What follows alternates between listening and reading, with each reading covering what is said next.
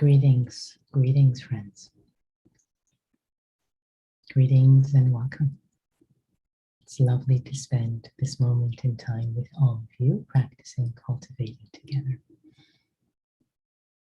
And it's lovely to see your hellos, greetings, warming the space with your metta, with your heart for each other. Lovely. So today, we continue to engage. We continue to engage. Word here. Continue to engage with the practice and with considering, exploring the teachings of karma as an empowerment in each moment for the next moment's experience, predilections, what we pass down the stream to ourselves in this life, who we are becoming every moment, who we are becoming every moment. We are making ourselves to be every moment. So let us begin by meditating together. So I'd like to invite you to arrive in your meditation posture.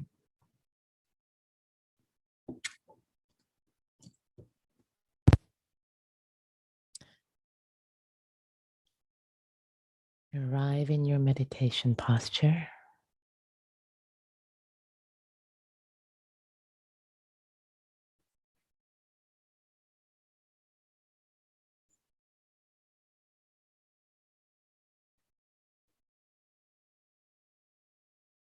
Allowing your back to be straight. Allowing there to be a sense of integrity in your posture.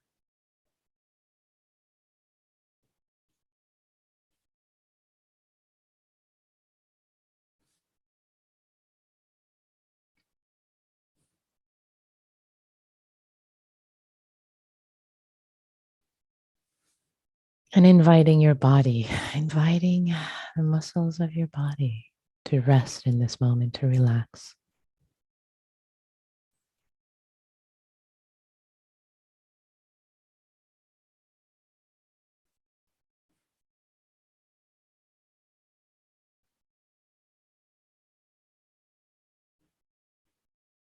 To arrive here in this moment in time.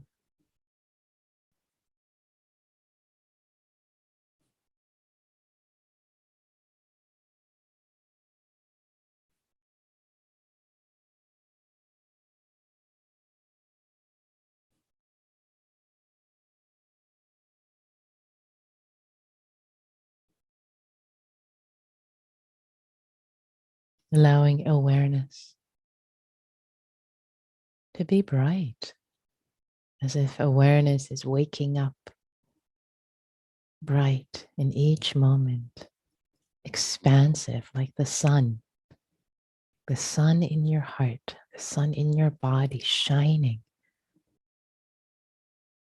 Awareness, this amazing, beautiful, mysterious,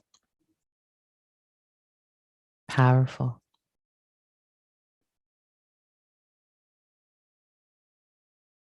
capacity of our heart and mind. Awareness, expansive through our bodies.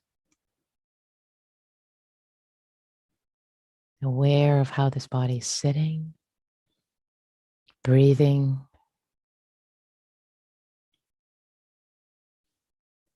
Effortlessly. It's just here, just like the sun shines, as if effortlessly. It's there. It's just there. You don't have to do much.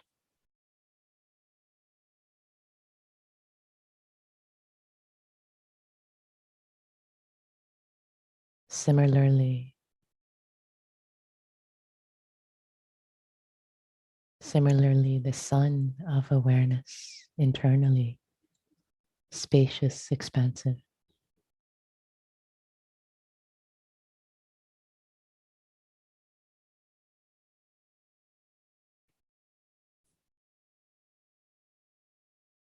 Effortless.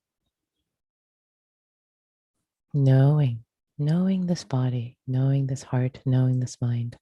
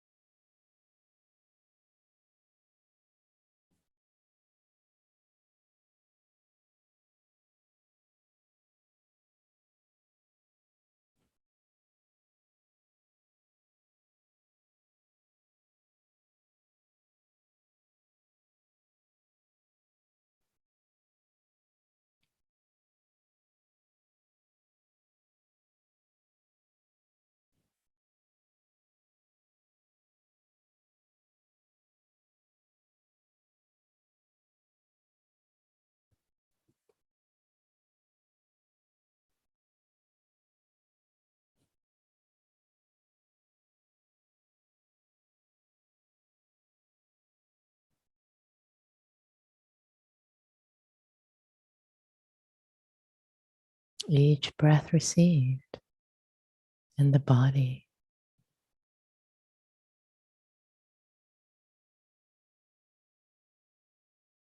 and the sun of awareness shines.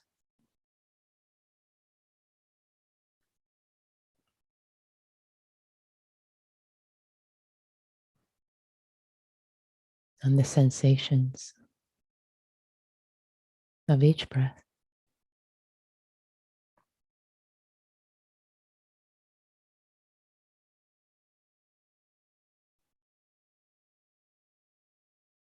Each sensation, each thought, each sound, each emotion. The sun of awareness shines warmly, smilingly, knowing everything without exclusion, exception, knowing everything appreciatively, openly.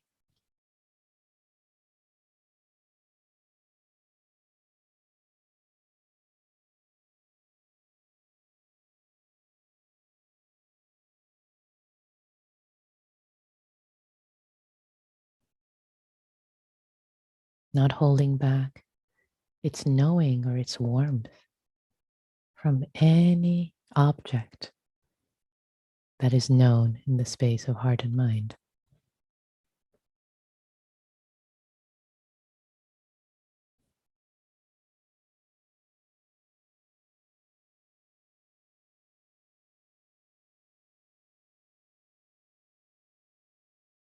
Whether it's tightness, clinging,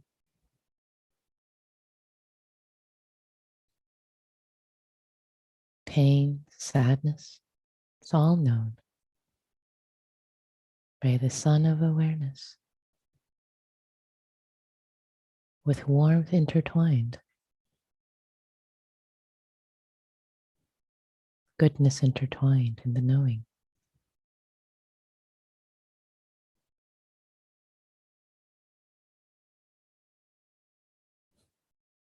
Effortlessly, engaged effortlessly.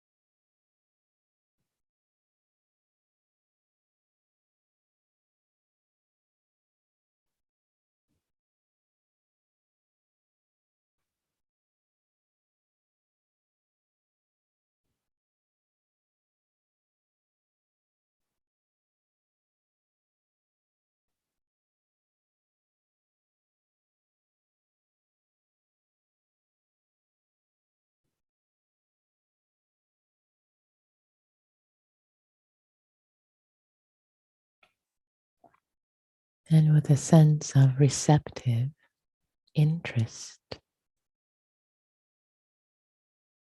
not judgment, but receptive interest, dropping in this question, this inquiry into your heart. How am I engaging with this moment? With whatever object is arising in this moment? What is the flavor of engagement? Is it with greed, wanting more, attachment? Is it with hatred? I don't want this to be here. Is it with confusion, lost? With anger? With fear? Just knowing. How are you engaging? How is the quality of engagement? With whatever is arising. The object is less important. It can be the best news or the worst news. It doesn't matter. It could be pain or pleasure. What is the quality of engagement? Relationship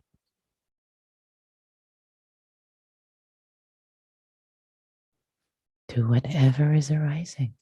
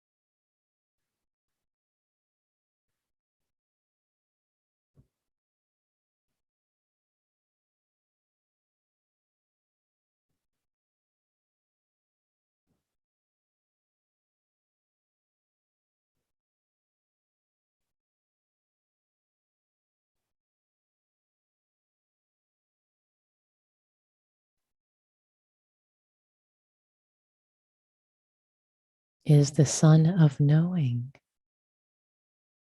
imbued, tinged with equanimity and kindness, or something else. Whatever object is being known right now, sensations, thoughts, sounds, whatever.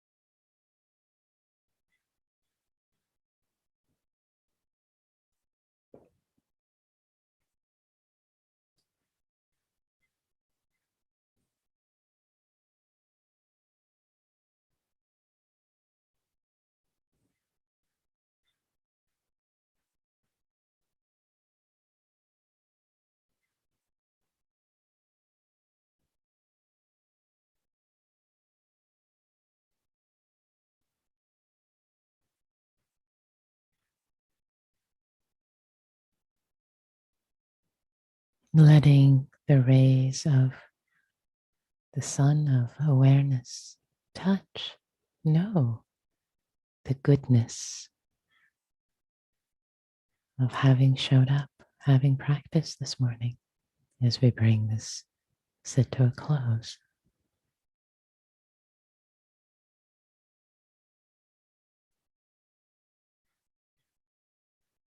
With reactions of appreciation and kindness, gratitude for yourself, for the Sangha, for the causes and conditions. And with generosity, both letting go of whatever was difficult, challenging, distracted, sleepy. It's okay. It's all right. You've done your best. And with generosity to all beings, sharing our goodness, our collected goodness, offering it as if we let the sun of our goodness shine, offering it throughout the world. May all beings everywhere, may all beings everywhere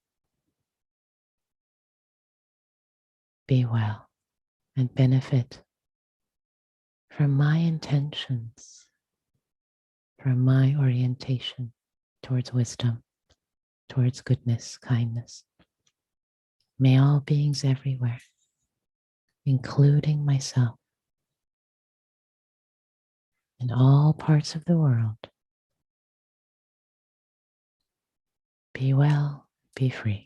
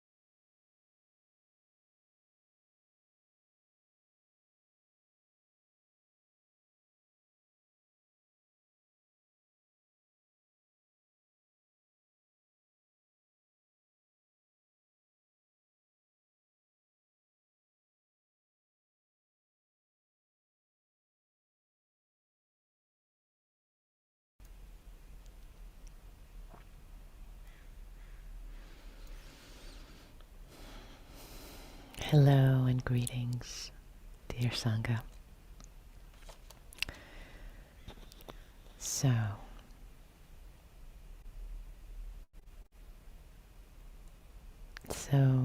karma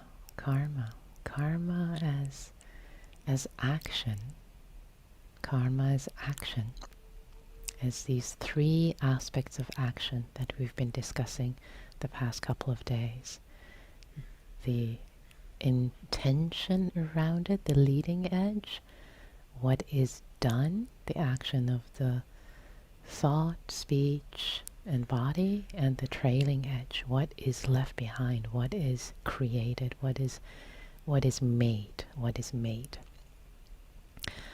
So today I'd like to talk about what Andrew Olendzki terms where the action is.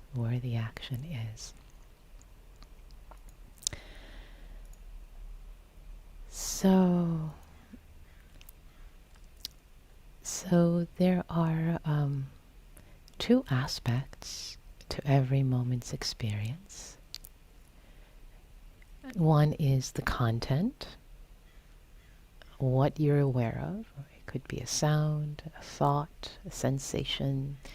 In fact, in Buddhism, there are 6 sense doors, as you know. There are the 5 senses, the usual 5 senses that we have with smell and taste and touch and hearing and seeing. Those are 5. And the 6th sense door is the door of the mind. So in any moment, you can choose to imagine a beach. You can bring to mind a maybe a music that you love and play it in your mind. Again, it's a sound, but you can play it, or you can have a thought of, say, a happy thought or a sad thought. You can conjure it up. So in the mind door, everything can be chosen to be played up. So there's the object. There's the object of awareness. There are many objects, either physical objects or seeing, hearing, tasting, objects of the mind, which again, the mind can access all of those 5 objects. Even remembering a touch, a sense of a sensation, you can remember it. You can recreate it in the mind door, which is pretty wild, right? It's pretty awesome being human. Like, we can do all this, right? Recreating all these objects, quote unquote, objects of knowing, objects of awareness, in the mind door, in the 6th door. I thought this was pretty cool when I first learned about the 6th mind door, in Buddhism, whereas in Western psychology we only have the 5. Anyway, so in every moment's experience there is the object of awareness, right? Which could be through the 6 sense doors, the 6 sense doors. And then there is what our emotional response is towards this object of awareness, how we are relating to it, how we are engaging with it, right?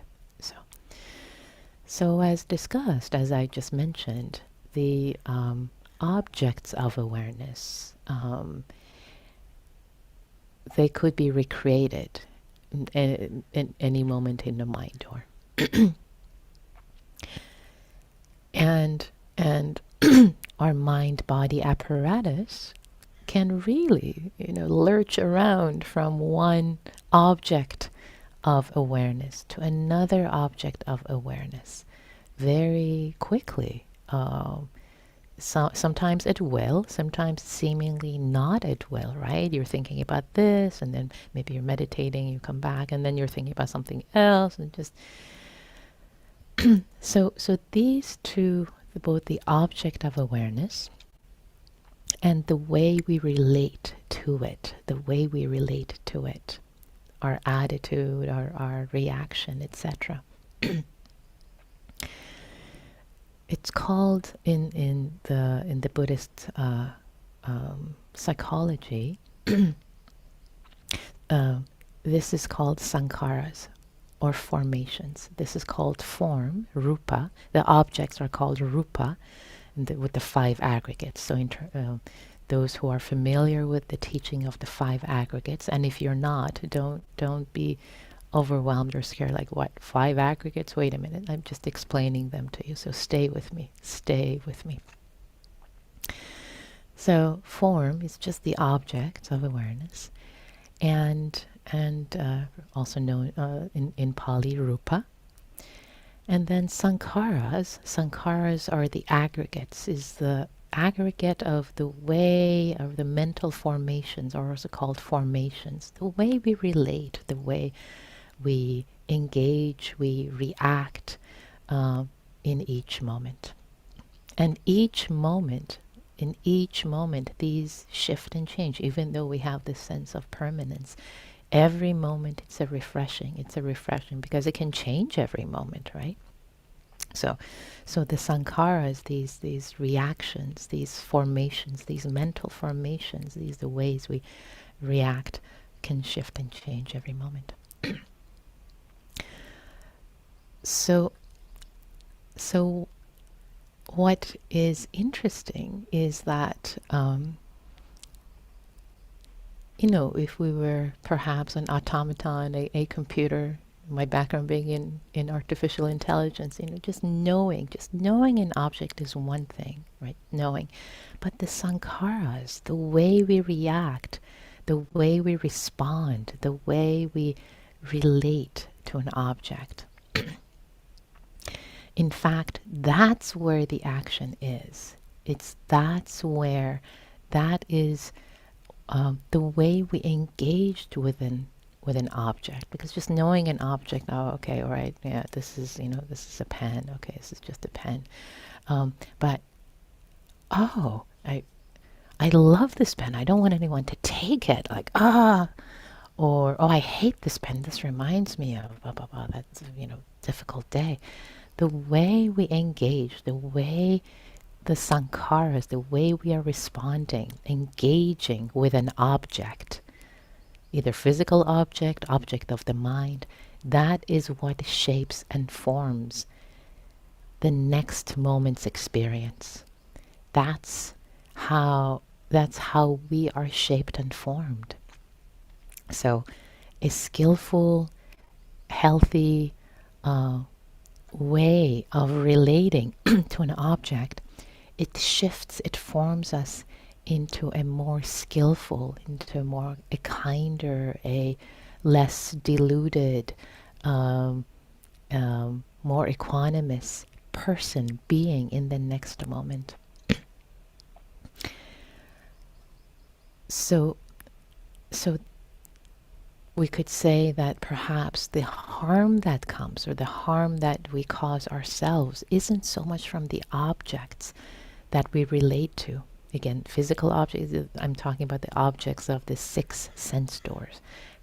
Not so much from the objects, but the way we relate to the experience, the way we engage with the experience. That's where the karma is shaped, is through our experience, is how our next moment's experience is shaped, and our next moments of experience, and who we become, and who we are, and how we show up in the world.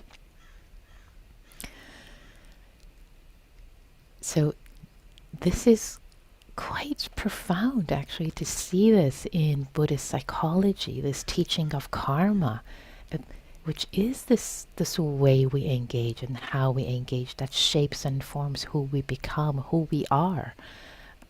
Because that's also what Western psychology and neuroscience also, not surprisingly, um, supports, suggests. It's not so much the moment's experience, but those emotional memories, those emotions that really fix something in place.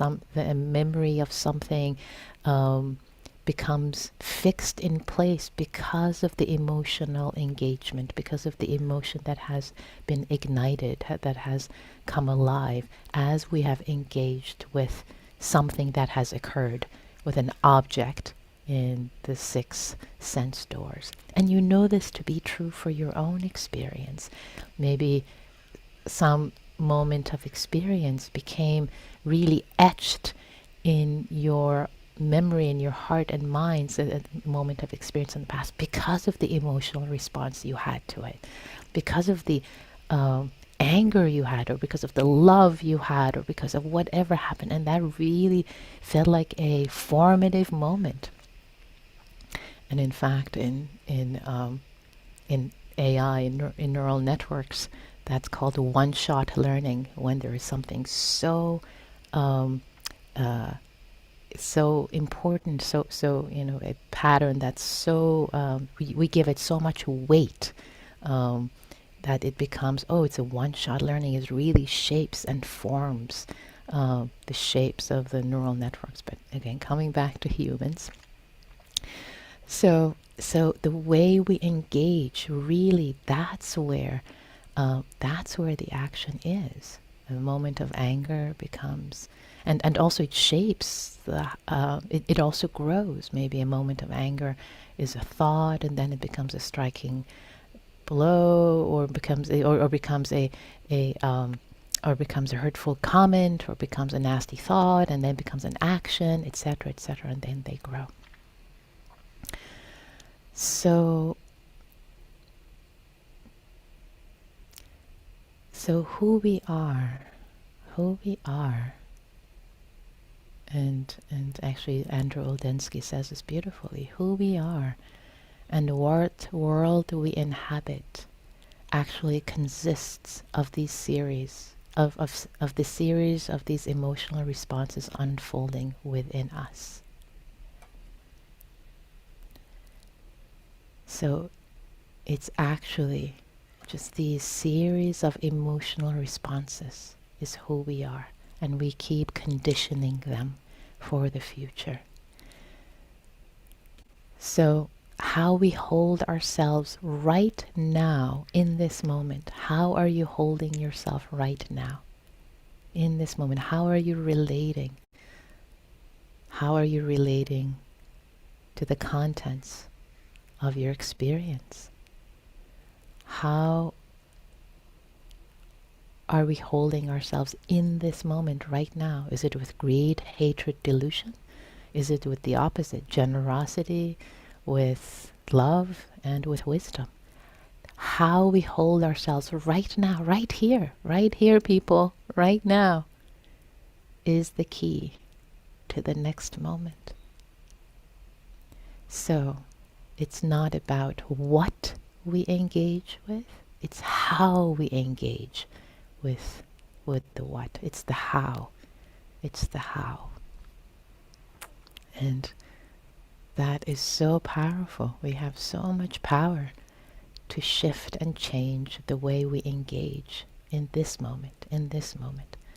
So then sitting on the cushion is important, of course, is when we really learn and observe and get to see our reactions with detail. And yet the whole day, our entire life is our practice, because every moment we are shaping and forming our responses, our reactions, our karma.